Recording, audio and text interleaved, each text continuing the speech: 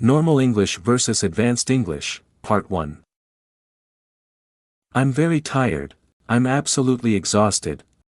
I'm hungry. I'm starving. This is very important. This is absolutely crucial. I'm happy. I'm thrilled. He's very good at English. He's fluent in English. I don't know. I have no idea. I'm busy. I'm swamped.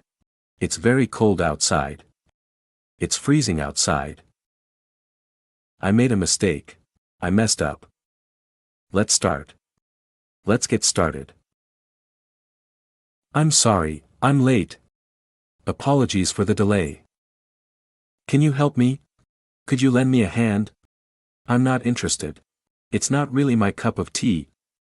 I understand. I see where you're coming from. I think we should try it. I reckon we should give it a shot. I'm going to sleep. I'm heading to bed. It's a big problem. It's a significant issue. I need some time to think. I need a moment to reflect. He's really annoying. He's getting on my nerves.